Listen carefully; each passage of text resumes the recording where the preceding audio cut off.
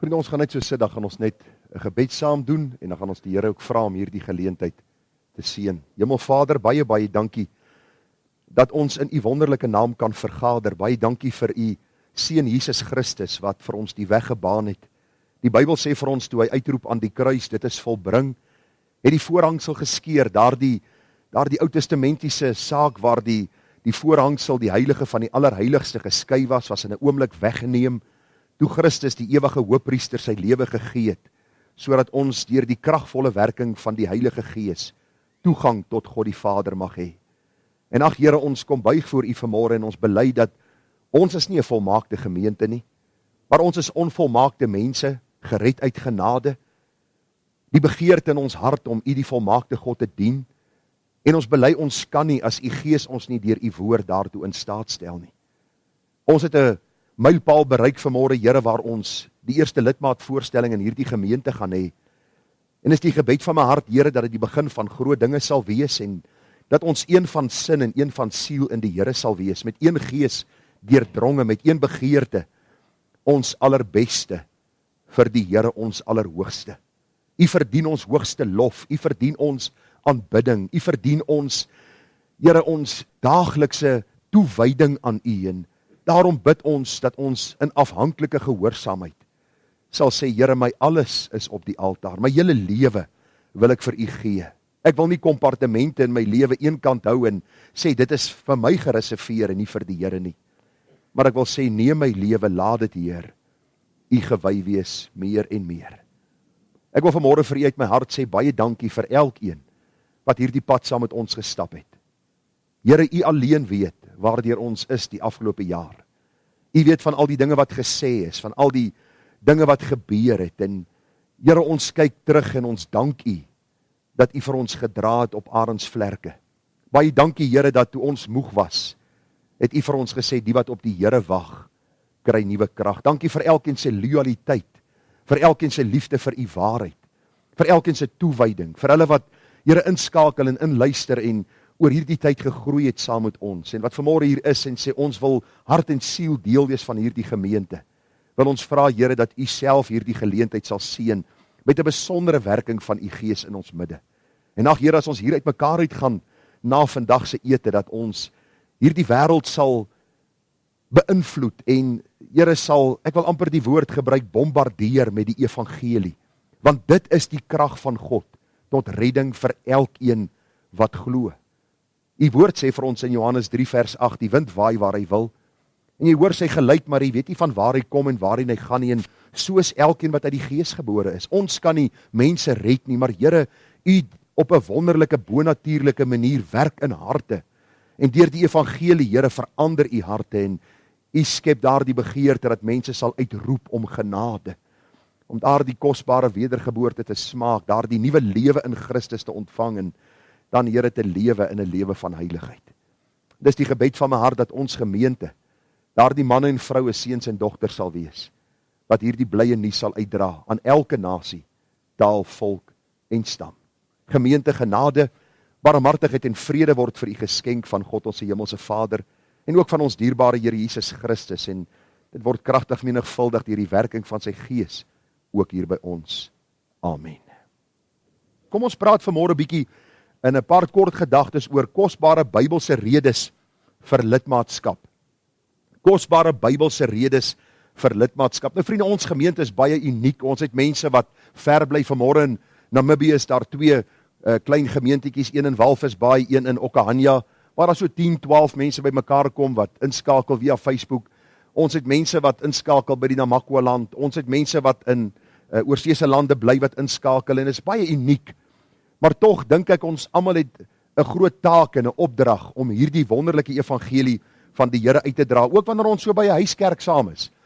Ons luister na die woord van die Here en ons gaan uit, en die mense laat weet my ook, hulle gebruik saam met ons die nagmaal, wanneer ons nagmaal gebruik, harte word ondersoek, soos ons dit hier ook doen, en die begeerte is altyd dat ons saam sal wees so hier in 'n gemeente, en vir u wat kan, van tyd tot tyd, wat ver bly, om hier te wees, is 'n goeie ding, maar vanmôre moet ons kyk waarom ons deel van 'n gemeente moet wees. Een van die jong dames wat vanmôre ook lidmaat geword het, wat redelik ver van hier af bly, wat die vorm vir ons ingestuur het, sê sy sien so uit om weer deel te wees van 'n gemeente. Dis vir my so wonderlik om dit te hoor en dat hulle ook saam met ons groei deur die prediking van die woord. Nou kom ons lees gou wat staan in Handelinge 2 vers 37 tot 47. U sal onthou dat die Heilige Gees uitgestort is en die Bybel sê dat die apostels die evangelie verkondig het. U moet tog nou nie dink dis snaakse tale wat hulle gepraat het wat vandag in kerke gepraat word, brabbeltale en onverstaanbare tale nie. Die Bybel sê baie duidelik, elkeen het gehoor hoe die evangelie in hulle eie taal gepredik word. Dis waaroor hierdie wonderwerk gegaan het van die uitstorting van die Heilige Gees. En na Petrus se preek sê die Bybel dat die mense diep in hulle hart getref is. En hulle het vir Petrus gesê, wat moet ons doen broeders? En Petrus sê vir hulle, bekeer julle en laat elkeen van julle gedoop word in die naam van Jesus Christus tot vergewing van sondes en julle sal die gawe van die Gees ontvang, want die belofte kom julle toe en julle kinders en almal wat daar ver is van die wat die Here ons God na hom sal roep. En met baie ander woorde het hy hulle besweer en vermaan en gesê, laat julle red uit hierdie bose geslag of verkeerde geslag. Die wat toe sy woord met blydskap aangeneem het, is gedoop, en daar is op die dag omtrent 3000 siele toegebring. En hulle het volhard in die leer van die apostels en in die gemeenskap en in die breking van die brood en in die gebede. En vrees het op elkeen gekom en baie wonders en tekens het deur die apostels plaasgevind. U sal sien die apostels, dit was 'n unieke tyd. Ek gaan nie vanmôre wonders en tekens doen nie. U wag miskien daarvoor. Ek gaan dit nie kan doen nie. Ek is nie 'n apostel nie, ek is 'n predikant. Gered uit genade. Daar was 12 apostels, een het Jesus verloon. Later het hulle een weer gekies, Matthias. En die Bybel sê dat deur hulle hande het wonders plaasgevind. En het u al vir jouself die vraag gevra, hoekom? Dat hulle gesien kon word as volgelinge van Jesus. Want wie het wonders gedoen? Jesus. Soveel so dat mense gesê het, nog nooit het so iets in Israel gebeur nie. En onmiddellik bevestig hierdie apostels dat die bediening wat hulle voortsit as Christus sin, nie om wonders te doen nie, maar om die evangelie te verkondig. Want dis die enigste opdrag wat Jesus ons gegee het, is om die evangelie te verkondig aan die ganse mensdom. En dan vers 47, terwille van tyd, terwyl hulle God geprys het en 'n guns was by die hele volk, en die Here het daagliks by die gemeente gevoeg, die wat gered is.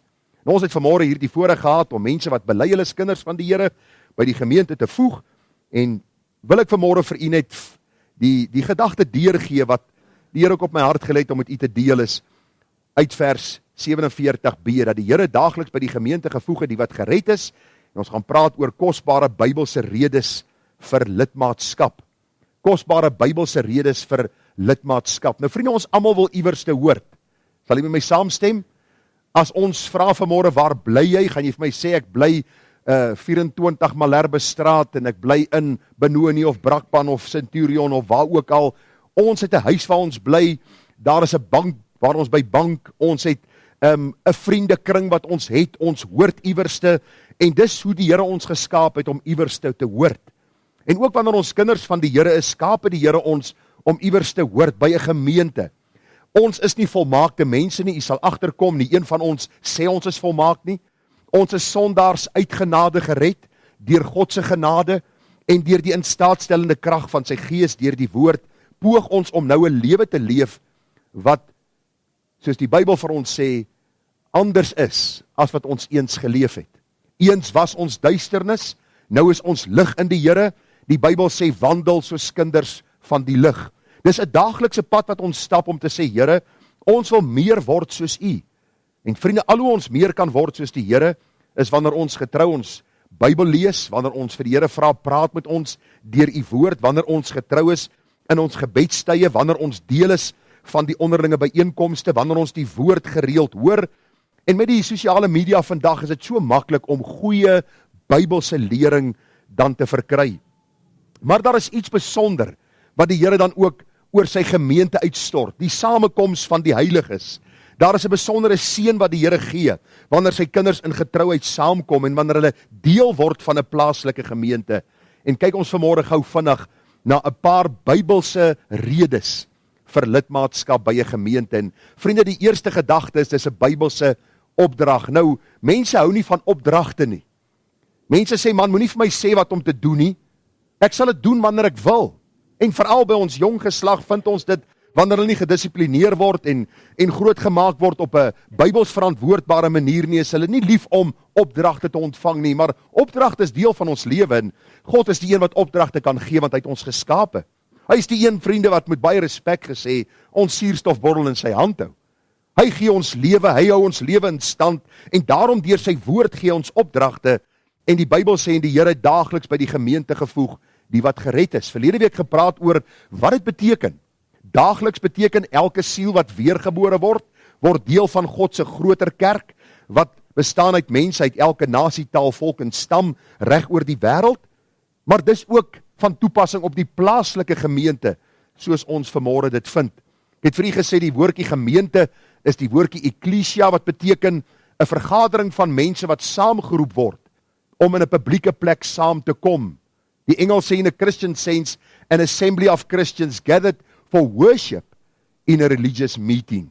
Nou vriende, daar is mense vanmôre wat in Namibië vergader, in 'n huiskerk, waar hulle hierdie boodskap hoor, wat u vanmôre hoor, en dis ook 'n gemeenskap van heiliges. Dis ook waar hulle saamkom om verantwoordbaar op te tree, om die woord van die Here te hoor, en daar as 'n gemeente uit te gaan, om die evangelie te verkondig. Ook daar hou hulle so bietjie van tyd tot tyd etes, en kuier saam, en hou mekaar geestelik verantwoordbaar, vir hulle lewe, en dan vir die wandel wat hulle het voor die Here. Belangrik om te sien, vriende, dat 110 maal word die woord kerk in die Nuwe Testament gebruik, en wat opvallend is dat 93 keer verwys dit na die plaaslike gemeente.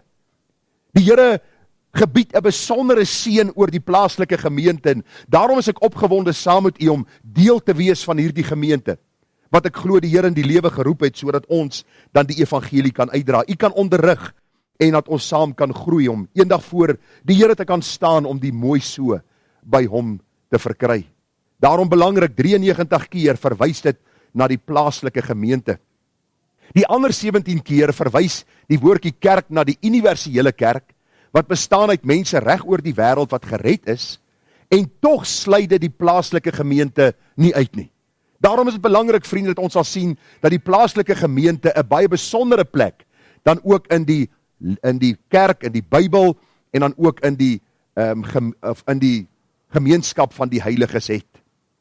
Bykans al die sendbriewe van die apostel Paulus is aan 'n plaaslike gemeente geskryf. As u gaan lees aan die gemeente in Korinthe, dit was 'n gemeente soos u en ek, mense wat saamgekom het, geredde mense wat die woord van die Here aangehoor het. Daar was die gemeente van Efese, die gemeente in Kolosse, Thessalonika, en daar is verskillende gemeentes waarvoor briewe geskryf was.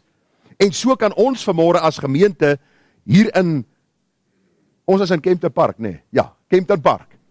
Hier in Kempton Park kan ons ook sê dat dit wat die apostel Paulus deur die Heilige Gees geskryf het aan hierdie gemeentes, ook op ons van toepassing is. Lidmaatskap, vriende, vir die kind van die Here is so natuurlik soos 'n vis en water, soos 'n voël en vlerke, en so suurstof en lewe. 'n Kind van die Here wil deel van 'n gemeente wees, en wie het al gehoor van die man Spurgeon, C.A. Spurgeon, baie besondere man, hy word beskou as een van die beste predikers wat daar nog ooit geleef het. Daar word gereken dat daar oor 1 miljoen siele onder sy bediening tot bekering gekom het. Hy is vandag nog die mees geleesde prediker in die wêreld, 'n gereformeerde baptis, glo dit of nie. En hierdie man het op 'n stadium toe hy tot bekering gekom het, ek dink hy was 16 jaar oud gewees, toe wil hy ook lidmaat by die gemeente word, en hy vertel self wat gebeur het. Hy sê na sy bekering, waar hy sonder enige lering oor hierdie saak, lidmaatskap begeer en om deel te wees van 'n gemeente. En hy skryf in sy boek, hy sê, I well remember how I joined the church after my conversion. I forced myself into it by telling the pastor, who was lax and slow after I called 4 or 5 times and could not see that I had done my duty, and if he did not see me and interview me for a church membership, I would call a church meeting myself and tell them I believe in Christ and ask them if they would have me. Is nie vir jy mooi nie? Daar was so begeerd in sy hart om saam met ander kinders van God te wees, dat hy bereid was om hierdie pad te stap, om die gemeente saam te roep en te sê, ek wil deel wees van julle, sal julle my aanvaar. En dis eie aan 'n kind van die Here, want u sien, is 'n Bybelse opdrag. Die oomblik wanneer 'n babietjie gebore word, wat gebeur? Hy skree. Hy sê nie dankie nie, hy skree. Hoekom? Want hy's honger, hy soek melk, hy soek voeding. Hy sien die eerste keer in wat ons miskien kan beskryf as die lewenslig. Hy is die eerste keer vry, hy kom uit die maag en die geboorte vind plaas, en is presies dieselfde met die geestelike geboorte. Wanneer die Here ons geestelik lewend maak, is daar onmiddellik 'n begeerte om saam met ander kinders van die Here te wees. Die hartseer tendens van ons tyd is, dat ons nie meer vandag baie kerke vind wat getrou is aan die woord nie. U kan na die deursnee kerk vanmôre ry en u is welkom om dit te doen. En u sal alles behalwe, so sê die Here, hoor. Jy sal mense se opinies hoor, jy sal verdraaiing van die skrif vind, jy sal mense kry wat met baie dinge besig is, en daarom dank ek die Here nog vir Christus belydende kerke. Is ons die enigste een? Verseker nie. Daar is baie ander wat die knie voor Baal nie gebuig het nie. Daar is baie ander wat nog lief is vir die Here. En ek vertrou dat u saam met ons die Here sal dien. En as u 'n gemeente kry waar u by kan inskakel, wat naby u huis is as u miskien ver is, en hulle is lief vir die Here en lief vir sy woord, dan vra ek vir u, doen dit, sodat u saam en deel kan wees van 'n gemeente. Die tweede gedagte, ek het vir u gesê, vanmôre het ek 95 petrol in, so ek gaan bietjie vinniger wees. Die volgende gedagte, lidmaatskap, vriende, is die vervulling van die mekaar opdragte in die Bybel. Daar's 'n spreekwoord wat sê, no man is an island. Stem jy saam? Nou ek sien op ouens se status op hulle fone en op hulle Facebook blad, dan sien jy hierdie ou huisiekie tussen die bosse met 'n ou rookie wat uittrek, dan staan daar onder, dis waar ek graag wil wees. Ja, net vir 'n dag of twee. Dan sal jy alles mis wat jy nou wil eenkant skuif vir daai ou huisie in die bos. Ons is gemaak om met ander mense te kommunikeer. En al irriteer hulle jou baie keer, dan dink jy by jouself, man, eerder 'n irriterende een of weet in plaas van geen een nie. En dis die hele groot ding is, kinders van die Here wil die mekaar opdrag vervul, en ons het mekaar lief, en ons probeer mekaar nie irriteer nie, en ons probeer mekaar ondersteun, en ons probeer mekaar dan ook help om geestelik te groei. Baie interessant, 58 maal in die Nuwe Testament vind jy die gedagte van doen aan mekaar, of wees lief vir mekaar, of dra mekaar, of vergewe mekaar. En hierdie dra mekaar beteken nie, jy spring op my rug, en ek abba jou 'n stukkie, en jy abba my weer nie. Hierdie dra mekaar beteken om mekaar geestelik te dra. Wie van u en ek kry nie swaar by tye nie? Wie van u en ek lewe nie in Suid-Afrika nie? Wie van u en ek kyk nie op televisie hoe korrup is ons regering, en hoe korrup is die polisie, en watter boosheid aan die gang is in kerke nie? Hoe kerke soos 'n rowerspilong besig is om mense uit te byt nie, en daarom het ons nodig om onderrigting te ontvang, om ook mekaar te ondersteun. En wanneer ons Sondag saamkom, die doel waarom ons koffie en tee drink is nie net om tyd te verwyl nie, maar werklik om vir mekaar te sê, my broer, my suster, ek bid vir jou. Bietjie te praat oor die dinge wat gebeur het in die week, die lief en leed in 'n mens se lewe, en te sien daar is ander wat dieselfde deurgaan as jy, en ons kan mekaar so ondersteun. Galasiërs 5:13, want julle is tot vryheid geroep, broeders. Gebruik net nie julle vryheid as 'n aanleiding vir die vlees of vir die sonde nie, maar dien mekaar deur die liefde. Ek dank die Here vir die getuienisse wat ons gekry het al by verskeie mense wat sê hulle kom by die gemeente, en die hartlikheid waarmee hulle ontvang word, is vir hulle iets wat hulle aan die hart gryp. En daarvoor dank ek die Here, want 'n gemeente bestaan nie uit 'n predikant nie. 'n Gemeente bestaan uit elke weergeborene, elkeen wat hier in die gemeente is, wat sê, ons wil graag ander tuis en op hulle gemak laat voel hier, dat hulle ook kan weet daar is 'n verlosser, Jesus Christus, wat my kom verander het. Ek is nie beter as 'n ander nie, ek is anders, want Jesus het my anders kom maak. Daarom belangrik dat ons mekaar deur die liefde sal dra. Belangrik ook Romeine 12 vers 10, wees hartlik teenoor mekaar met broederlike liefde, die een moet die ander voorgaan in eerbetoning. Wees eensgesind onder mekaar, moenie na hoë dinge streef nie, maar voeg julle by die nederige, moenie eie wys wees nie. Vriende, ons wil nie met 'n veggees sit waar ons heeldag beklei oor alles, en oor elke dingetjie wat ons nou kan syspla, en ons wil dinge hê soos ons dit wil hê nie. Ons is hier om hartlik teenoor mekaar te wees. My broer, ek het jou gemis, hoe was jou week? Ek weet nie of u my mis nie, maar ek mis u baie keer. En dan dink ek myself, Sondag is kerk, en ek gaan weer die ander kinders van die Here sien, en ek is opgewonde daaroor. Waarom? Hier voel ek veilig. Hier voel ek tuis. Julle praat my taal, en ek glo ek praat julle taal, en daar is 'n liefde in ons harte vir mekaar, en ons verstaan nie hoekom nie. Baie keer is ons liefde vir mekaar groter as ons liefde vir ons bloedfamilie, wat die Here nie lief het, en die Here nie dien nie. Hoe dit werk, weet ek nie, maar God sê, hy doen 'n werk in ons harte, waar hy ons saamvoeg, deur een gees, hy is ons Vader, en daarom is daar 'n eensgesindheid onder mekaar, en as ons probleme optel met mekaar, is daar 'n gesindheid van liefde, om dit met daardie broeder of suster uit te klaar, sonder dit maar in die groot klok te hang, en daardie broeder of suster se naam swak te maak. Die Bybel sê, dra mekaar se laste, en vervul so die wet van Christus. As ons hoor iemand kry swaar, ag, wees daar die een wat die telefoon optel, en kom onder daardie persoon in. Wees daar die een as jy kan help om, miskien ietsie by te dra finansiëel. Wees daar die een wat sê, ek wil graag ook my broers en my susters se laste dra. Hebreërs 3 vers 13, vermaan mekaar elke dag solank as dit vandag genoem word. Wat beteken dit? Ons is gemeente. As jy sien 'n broer of 'n suster is nie meer by die gemeente nie, bel hom. Broer, suster, waar is jy? Wat het fout gegaan in jou lewe? As jy sien as iemand sonde doen, vermaan hulle in liefde. Nie soos die fariseer wat gestaan en gebid het en gesê het, Vader, ek dank U dat ek nie soos hierdie ou tollenaar is nie. Die swaksinnige siel, hy weet nie waaroor dit gaan nie, maar ek weet waaroor dit gaan. Dis nie ons vermaan nie, ons vermaan altyd in liefde, sodat daardie persoon sy sonde kan sien. Dis die mekaar opdrag wat 'n gemeente dan moet vervul. Bemoedig mekaar. Wie van julle het nie bemoediging nodig nie? Ek wil vir julle sê, in hierdie moeilike tye moet ons mekaar bemoedig. Daarom, ook wanneer ek so die oordenkings hou, probeer ek baie keer ook daardie bemoedigende boodskapies deurstuur om vir u te sê, ons bid vir u en glo my. Ons bid vir hierdie gemeente, ons bid vir die mense wat besoek by die gemeente, en dit was eintlik almal gewees tot vanmôre toe.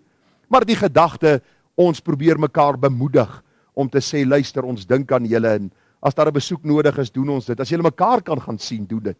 Ek hoor so hoe braai van die broeders en susters saam en die kindertjies speel saam. Dit bemoedig my om te sien dat hierdie gemeente ook 'n liefde vir die Here het, en mag ons daarin groei en mag ons daarin toeneem. 1 Tessalonisense 5:11, daarom bemoedig mekaar en bou die een die ander op. As jy vanmôre sonde in my lewe soek, gaan jy nie lank vind om dit te kry nie. As ek in jou lewe soek, gaan ek nie lank vind om dit te kry nie. Daarom, het is nie nodig om mekaar in die grond te trap oor as iemand iets gedoen het nie. Dit is nodig om mekaar op te bou, om mekaar te bemoedig met die waarheid van die woord, en as vermaning nodig is, dan doen ons dit in die liefde van die Here Jesus Christus. Vriende, in al die gevalle word die opdrag gegee aan die gemeente. So kosbare Bybelse redes vir lidmaatskap, die eerste een is 'n, julle het klaar vergeet. OK, ons gaan voor begin, ek wil net teruggaan op die slides. OK. Kyk, ons probeer weer. Dis 'n Bybelse opdrag, en die tweede ene, dis die vervulling van die mekaar opdragte in die Bybel. Die derde ene, dis 'n verbintenis tot leerstellige oortuigings. Daar is 'n spreekwoord wat sê, as jy vir niks staan nie, dan val jy vir alles, nê? As jy vir niks staan nie, val jy vir alles, maar daar is ook 'n baie goeie voetnota wat jy hier moet sit. Moenie staan vir die verkeerde goed nie. Ek kry mense wat my soms kontak en sê, die Here het my gelei om na hierdie kerk te gaan. Dan dink myself, dit is nie die Here nie. Want die Here kan jou nie lei om na valsheid toe te gaan nie. Die Here lei 'n mensie om teen sy woord op te tree nie. Daarom as jy lidmaat by 'n gemeente word, maak seker jy weet wat die gemeente leer.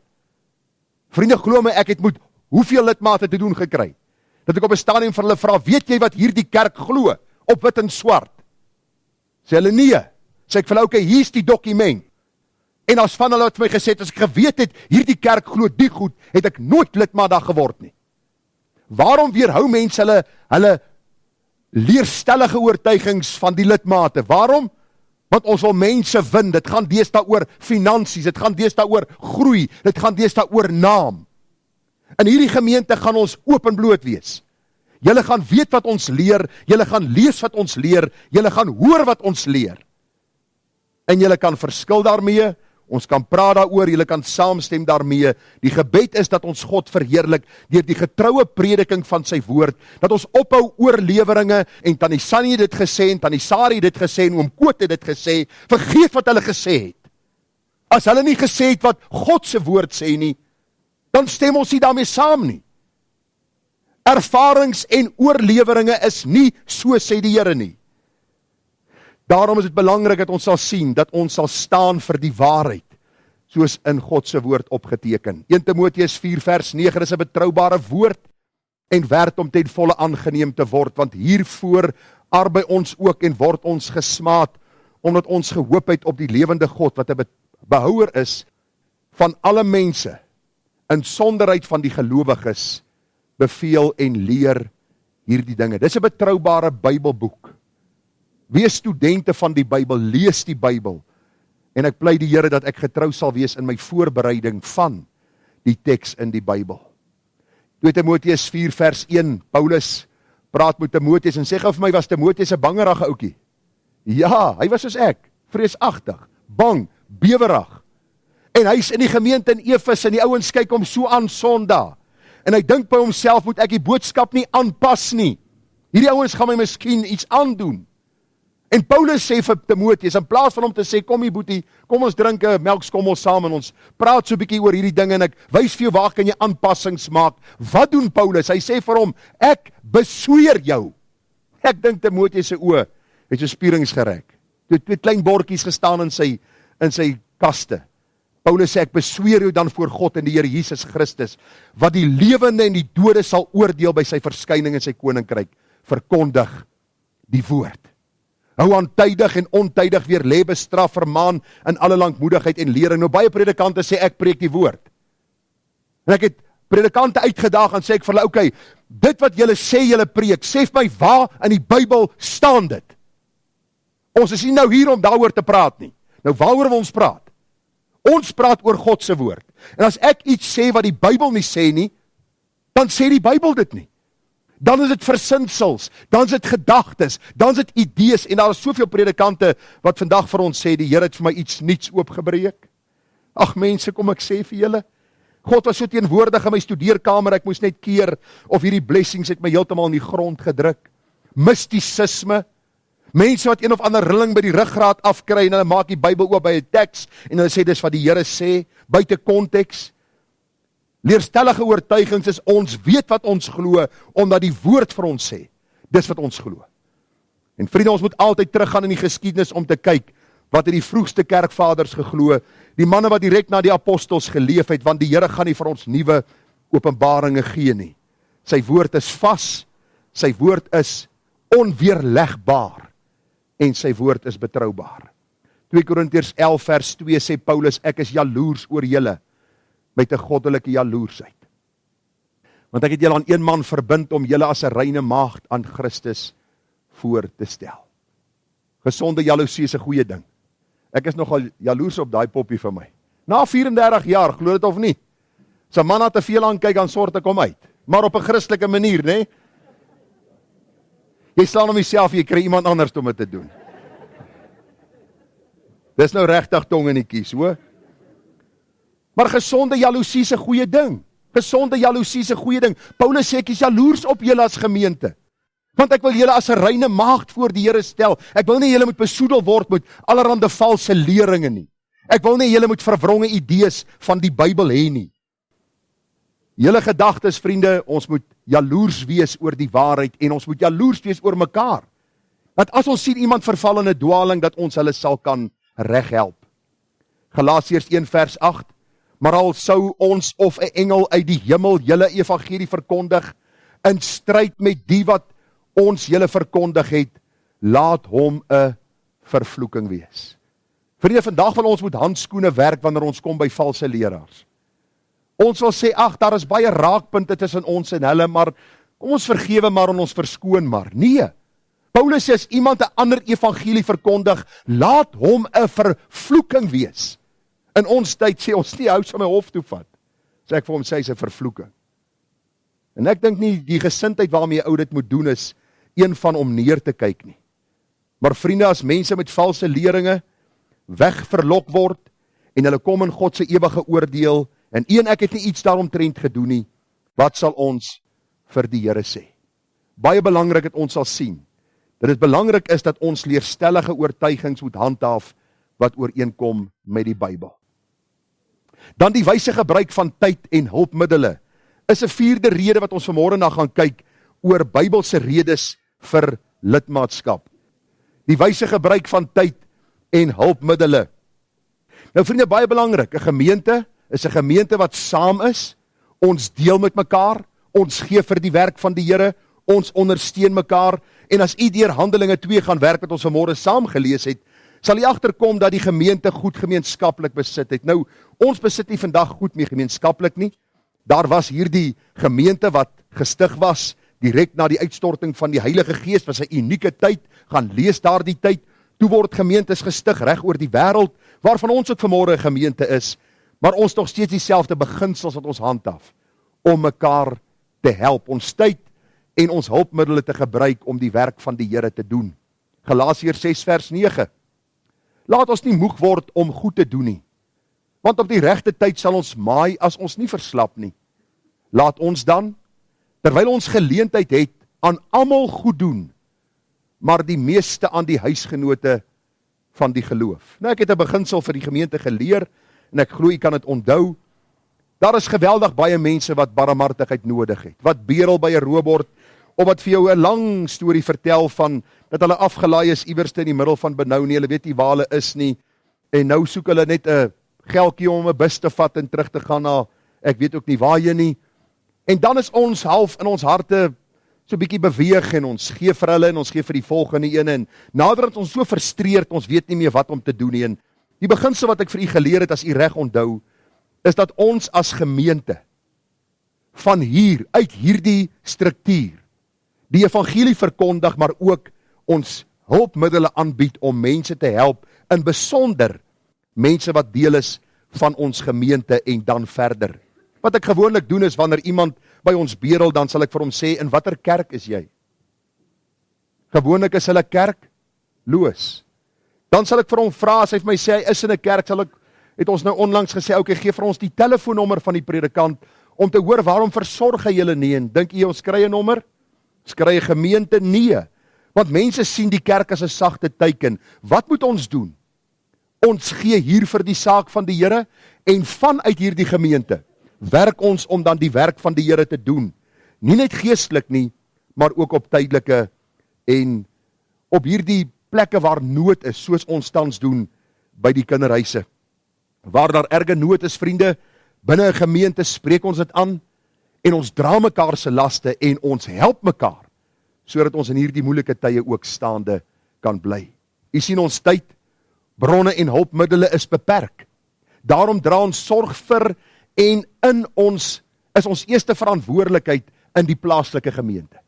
U moet onthou, ons is nou lede van mekaar in Christus Jesus, en daarom moet ons vir mekaar sorg dra. As u die briewe van Paulus lees, die sendbriewe, sal u sien hoe die gemeente in Efese Paulus geondersteun het. Die gemeente in Filippi. Ons sien hoe die gemeentes mekaar ondersteun het wanneer daar nood was. Ons sien daar die absolute versorging van die weduwees en die weeskinders. Ons sien hoe die kerk van die Here Jesus liggaam van Christus is, om dan versorging daar te stel. 'n Mens is deel van 'n gemeente, sodat jy ook jou tyd en jou hulpmiddels wys kan gebruik. Romeine 12 vers 13 sê, maak voorsiening in die behoeftes van die heiliges, streef na gasvryheid. Nou vriende, elkeen van hierdie punte kan ek 'n boodskap oorpreek. Ek wil net vir u gedagtes gee, waarom dit 'n Bybelse ding is om 'n lidmaat te wees, en ook hierdie kosbare waarhede in u midde te lê. Daar is nog so 7 gedagtes, so as u vasbyt, dan sal ons klaar wees. Ek het gesê 1 uur, né? Wie wil hulle lidmaatskap terugtrek? Okay, nog net 2 gedagtes, vriende, nog net 2. 'n Volgende rede wat ons moet sien in die Bybel, kosbare Bybelse redes vir lidmaatskap is, die uitleef van my gawes en talente. Almal van u wat u sit, het 'n gawe of 'n talent. Almal. U kan miskien vanmôre hier dink, dit is nie so nie. Ek is te skaam, of ek is te teruggetrok, of ek is te bang, of ek is te elendig, ek het nie gawes en talente nie. Elkeen het 'n gawe of 'n talent. En u moet asseblief kyk ook, wat die Here vir u in u stilte tye wys, soos u daagliks met mense omgaan. Die Here is genadig en getrou om vir u te wys, in watter opsig hy u wil gebruik. En ek het onlangs mense gehoor, die seentjie is so groot, toe die kerk vir hom gesê, hy die gawe om vir siek mense te bid. Ek dink nie so nie. Ek dink nie dis die gawe en talent waarvan die Bybel praat nie. Ons moet mekaar dien, soos die Bybel sê, met gawes en talente, soos die Here vir ons gee. Ek lees gou vir u, hoe werk dit? Efesiërs 4 vers 11. God het gegee, hy het gegee, God gee gawes en talente, hy het gegee, sommige as apostels. Is daar nog apostels vandag? Wat van die ouens op TBN? Valse apostels. Jy kan hulle sien op 'n afstand, hulle so in die televisie kyk, dan sê ek, jy sien daai dollars hier in die oë. Valse apostels, vergeet van hulle. Is daar vandag nog profete? Nee, die ampt van profete is verby. Evangeliste, ja, hulle wat die evangelie verkondig, herders, ja, leraars, ja, om die heiliges toe te rus vir hulle dienswerk, tot opbouing van die liggaam van Christus. Luister, as jy jou ampt gebruik, om jouself te promoveer, om hier voor te staan en in 'n taal te praat, of 'n profesie te lewer, of te sê, God het vir my een of ander waarheid geopenbaar, dan is jy besig met jouself. En die Here sê hier baie duidelik, om die heiliges toe te rus. Ons is in diens van God. Paulus sê, hy is 'n dienskneg van God. Ons is nie leiers nie, ons is nie baase nie, ons is nie CEO's van 'n maatskappy nie. Ons is diensknegte. Jy en ek is 'n dienskneg. Ons dien mekaar, om mekaar op te bou. Vers 13. Totdat ons almal kom tot die eenheid van die geloof, en van die kennis van die Seun van God, tot 'n volwasse man, tot die mate van die volle grootte van Christus. Sodat ons nie meer kinders sou wees nie, wat soos golwe geslinger en heen en weer gedryf word, deur elke wind van lering, deur die bedriegery van die mense, deur sleeheid om listiglik tot dwaling te bring. Maar terwyl ons in liefde die waarheid betrag, in alles sou opgroei in hom, wat die hoof is, naamlik Christus. Ek kan u nie red nie, Christus red. En daarom het hy my gegee om u te onderrig, en u gegee vir mekaar om mekaar te onderrig. En dan sê die Bybel, uit wie die hele liggaam goed saamgevoeg, saam verbind deur die ondersteuning van elke lid gee, volgens die werking van elke afsonderlike deel in sy mate, die groei van die liggaam bevorder vir sy eie opbouing in die geloof. Waarom sal ons dit doen?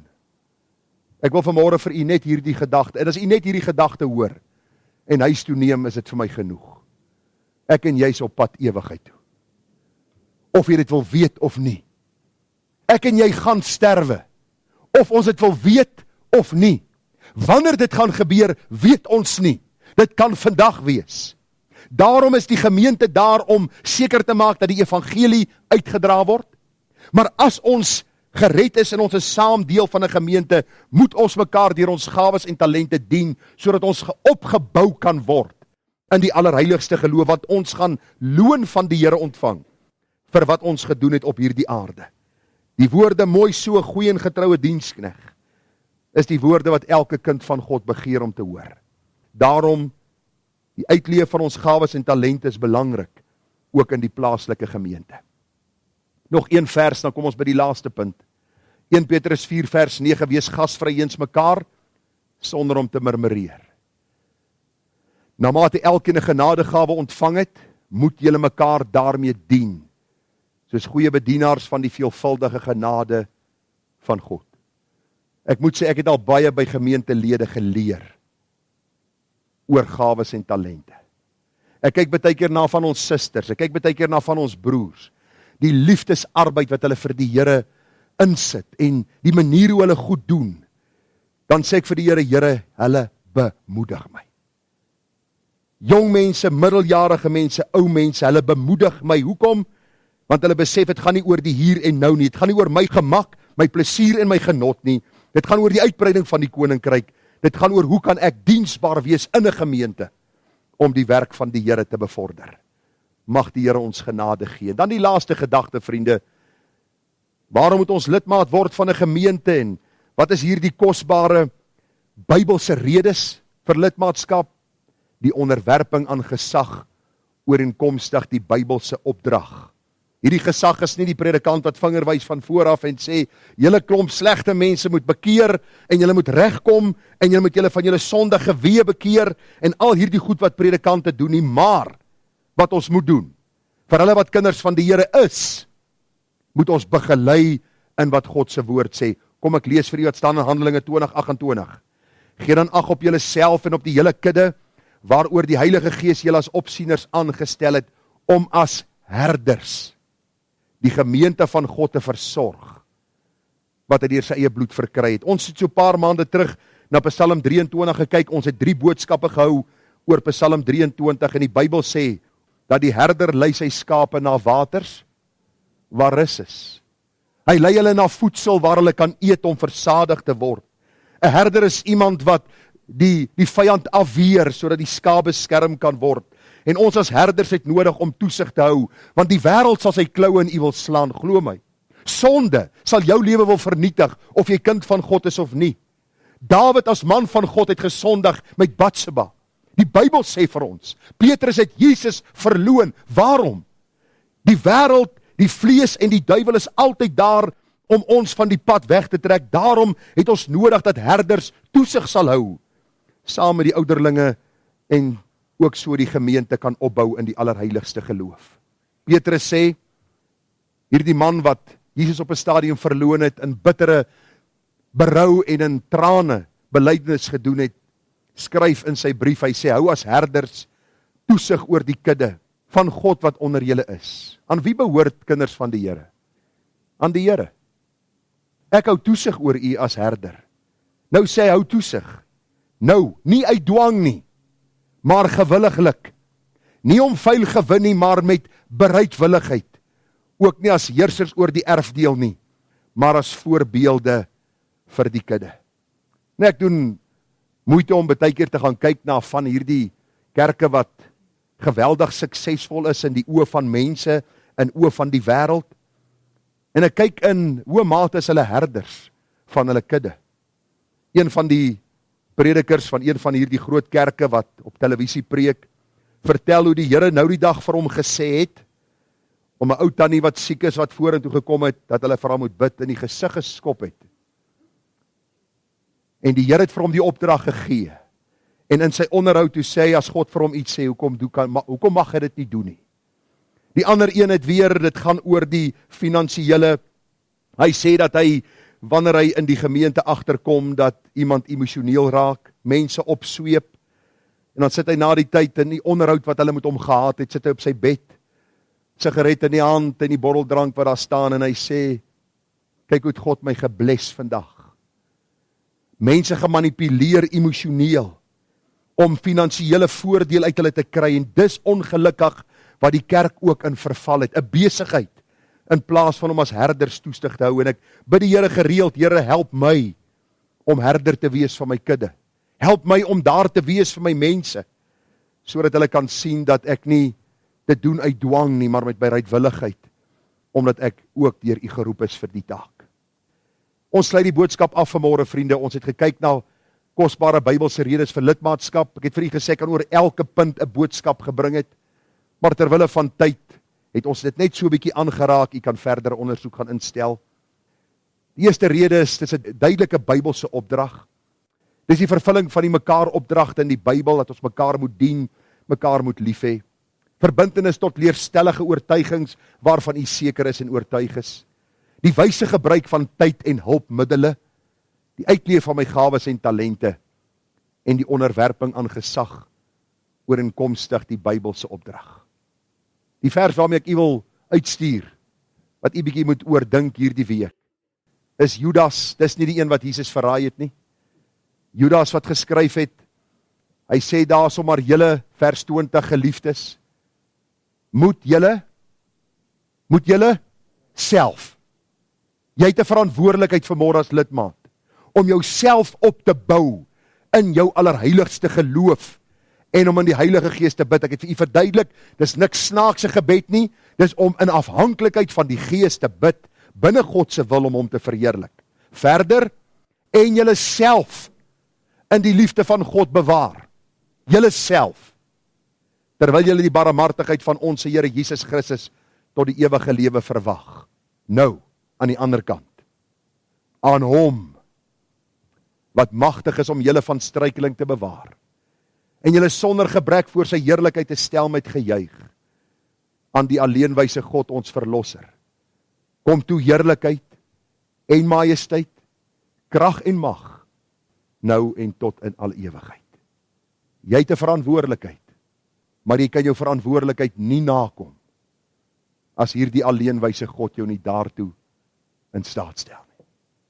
Daarom is kinders van die Here afhanklik is.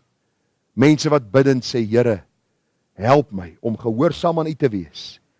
Omdat U my lief gehad het met 'n ewige liefde, my gekoop het deur die bloed van die lam, deur die Gees nou in my woon, en my oproep tot gehoorsaamheid, as deel van 'n kudde, as deel van 'n gemeente, om U te verheerlik. Mag die Here ons daartoe in staat stel, en mag hy vir ons genadig wees. Kom ons bid saam. Here, wat 'n besondere voorreg dat U 'n gemeente in die lewe geroep het. Dankie dat ons deel kan wees van 'n gemeente. Dankie dat ons weet, U is die hoof van die gemeente. Ons werk maar vir U, herders wat toesig hou oor die kudde. Ons elkeen het 'n verantwoordelikheid, ons elkeen het 'n rol om te vervul, 'n taak om te vervul. En ek vra, dierbare Here, dat ons getrou sal wees tot die dood toe. Daar gaan baie aanslae wees, ons weet dit. Maar dankie dat hierdie vir ons 'n veilige hawe is. Dis vir ons 'n plek waar ons Sondag by mekaar kan kom om die woord te hoor, saam te sing, versterk te word deur die geloof en mekaar op te bou in die allerheiligste geloof, om dan weer in hierdie wêreld te gaan om skynende ligte vir U te wees. Watter voorreg, Here, watter wonderlike voorreg. Ons vra nou vir U vir getrouheid, en dat U vir ons genade sal skenk om, Here, nie net as lidmaat hier te wees en Here, ornament te wees wat inkom en uitgaan nie, maar 'n instrument wat sê, Here, gebruik my in 'n groot of in 'n klein mate, net soos U wil.